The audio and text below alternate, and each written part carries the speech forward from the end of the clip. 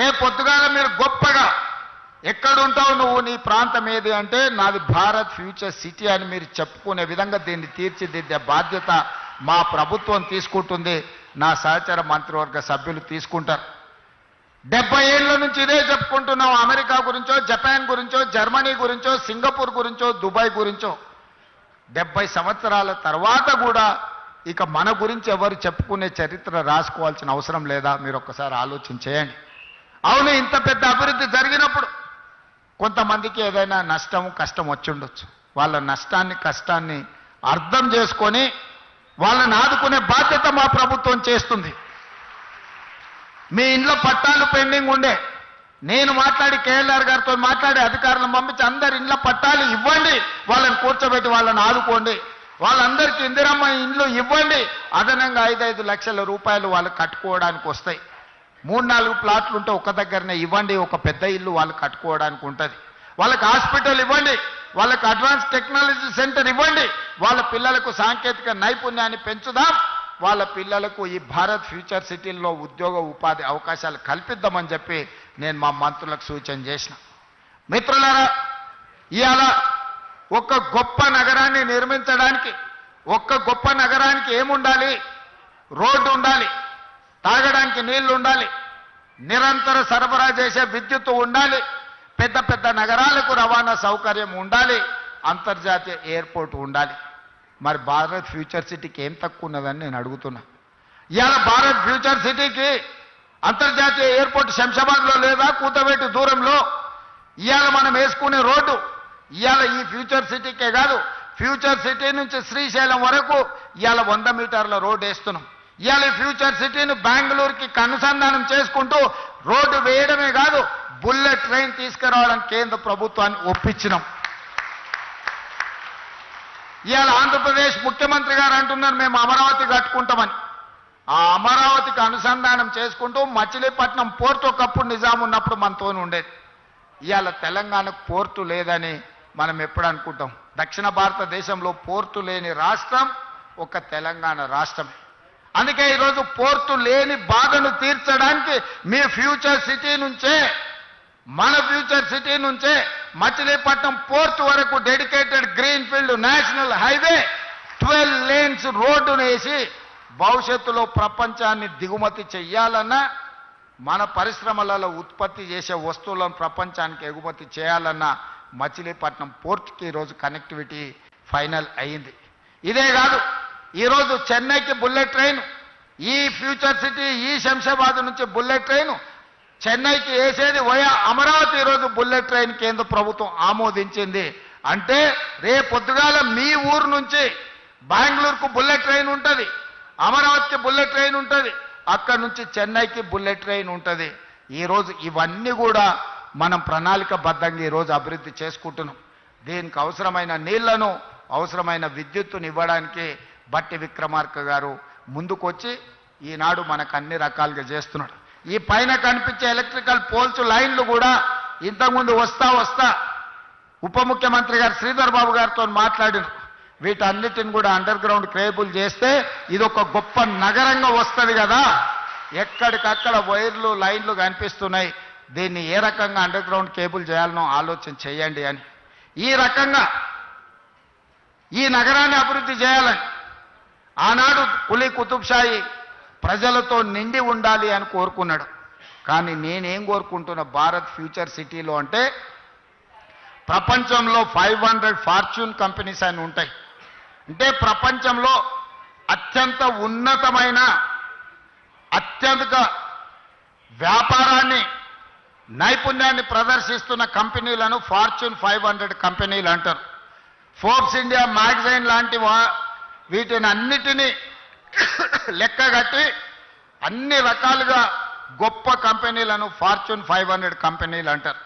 ఇప్పటి వరకు మన నగరంలో 85 మాత్రమే ఉన్నాయి ఆ ఫార్చ్యూన్ 500 కంపెనీలలో. రాబోయే 10 ఏళ్లలో నా లక్ష్యం ఫార్చ్యూన్ 500 కంపెనీలు భారత్ ఫ్యూచర్ సిటీలో ఉండాలి.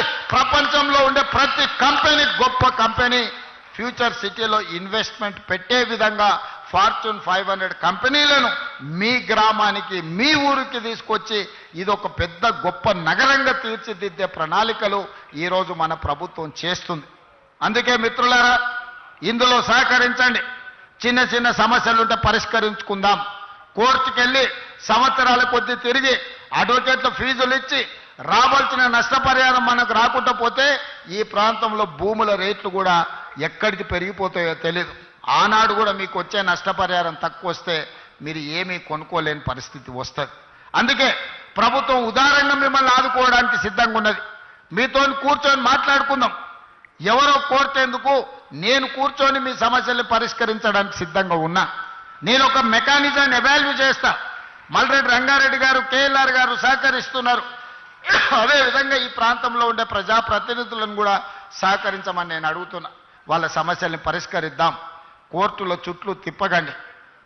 ఓ సినిమాలో చెప్తారు, కోర్టులో ఓడిపోయినోడేమో కోర్టులోనే ఏడుస్తాడంట, కోర్టులో గెలిచినోడు ఇంటికి వచ్చి ఏడుస్తాడంట. ఎందుకంటే అడ్వకేట్లకు ఇచ్చిన ఫీజులతోని వాని సంసారం మొత్తం దివాలా తీసి వాడు మొత్తం సర్వం కోల్పోతాడు అని. ఓడినోడు కోర్టులో వేస్తాడు, గెలిచినోడు ఇంటికి వచ్చి ఏడుస్తాడు. అట్లనే ఈరోజు మీరు న్యాయవాదులను బతికించడానికో లేకపోతే రాజకీయ పార్టీలు ఉసిగొల్పితే వాళ్ళ చిక్కుల్లో మీరు పడకండి.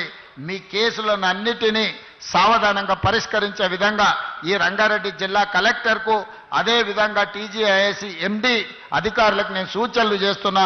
తక్షణమే వాళ్ళను పిలిచి కూర్చోబెట్టి వాళ్ళతో మాట్లాడి అమ్మికబుల్గా దీన్ని సెటిల్ చేసి వాళ్లకు ఒక పరిష్కార మార్గం చూపించండి అని నేను అధికారులకు ఆదేశిస్తున్నా. మా పెద్దలు శ్రీధర్ బాబు గారు, రంగారెడ్డి జిల్లా ఇన్ఛార్జ్ మినిస్టరు, ఈ ఫ్యూచర్ సిటీకే కాదు మొత్తం రంగారెడ్డి జిల్లాకు కూడా వారు ఇన్ఛార్జ్ మినిస్టర్. వారితో కూర్చోండి. మీరు కేఎల్ఆర్ గారో, మల్రెడ్డి రంగారెడ్డి గారో, లేకపోతే ఇక్కడ ఉండే కార్పొరేషన్ చైర్మన్ల సహకారం తీసుకొని కొద్ది మంది రైతులు అక్కడికి వెళ్ళి కూర్చొని అవుట్ ఆఫ్ కోర్ట్ సెటిల్మెంట్ చేసుకుందాం. కోర్టులో కూర్చుంటే చట్టానికి అనుమతించేదానికంటే ₹1 కూడా ఎక్కువ ఇవ్వడానికి లేదు.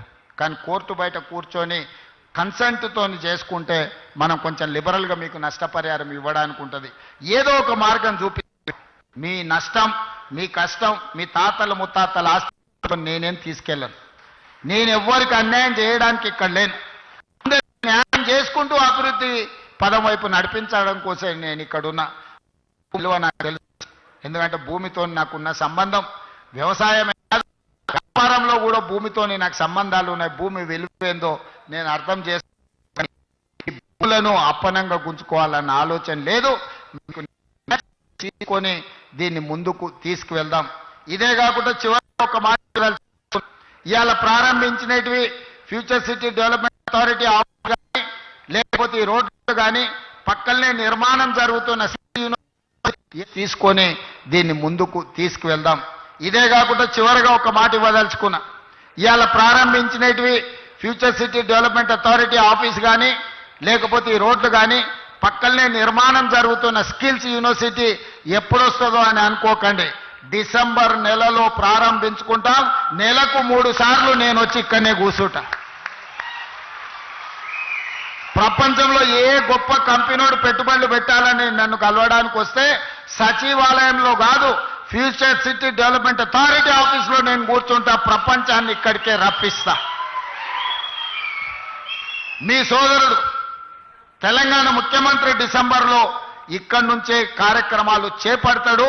అదేవిధంగా నెలకు 4 సార్లు మా ఉప ముఖ్యమంత్రి గారిని, మా శ్రీధర్ బాబుని ఇక్కడ వచ్చి కూర్చొని కార్యక్రమాలు నిర్వహించాల్సిందిగా వారిద్దరు కూడా నేను సూచన చేస్తున్నా. మనం ఉంటే వ్యవస్థలన్నీ ఇక్కడికి వస్తాయి. వ్యవస్థలన్నీ ఇక్కడికి వస్తే ఈ సమస్యల్ని పరిష్కరించడానికి అవకాశం ఉంటుంది. చివరగా ఉప ముఖ్యమంత్రి గారికి ఒక సూచన, ఇద్దరికి, శ్రీధర్ బాబు గారికి వారికి. శ్రీధర్ బాబు గారు 10 ఎకరాల భూమి సింగరేణికి అలాట్ చేయండి ఇందులో. అదేవిధంగా బట్టి గారికి నా సూచన, సింగరేణి కార్పొరేట్ ఆఫీస్ ఇక్కడ మీరు నిర్మించండి. దాంతో సింగరేణి గ్లోబల్ ఆఫీస్ని మీరు ఇక్కడ నిర్మించండి. 10 ఎకరాల స్థలం శ్రీధర్ బాబు గారు అలాట్ చేస్తారు. అధికారులకు కూడా నా సూచన, రేపు క్యాలెండర్ డేట్ తిరిగే లోపల 10 ఎకరాల భూమి సింగరేణికి అలాట్ చేయండి. సింగరేణి గొప్ప ఆఫీసు, 60-70 వేల కార్మికులకు సంబంధించి ప్రపంచంలో వివిధ రాష్ట్రాలలో వ్యాపారాలు నిర్వహిస్తున్న సింగరేణి ఆఫీస్, గ్లోబల్ ఆఫీస్ ఇక్కడికి వస్తే ఇమ్మీడియట్ గా కట్టాల్సిందే, కట్టడం కోసమే ఇస్తున్నాం. కండిషన్ అదే పెట్టాలి శ్రీధర్ బాబు గారు. అలాట్మెంట్లో సంవత్సరం తిరిగే లోపల ఆఫీస్ పూర్తి కావాలి. కరెక్ట్గా ఇది సెప్టెంబర్ కదా, వచ్చే డిసెంబర్ 2026 డిసెంబర్ లోపల ఆఫీస్ పూర్తి చేసి ప్రారంభించుకోవాలి. ఆ ఒప్పందం ప్రకారమే వారికి 10 ఎకరాల భూమి కేటాయించండి. సింగరేణి ఆఫీస్ కూడా ఇక్కడనే నిర్మించుకుందాం.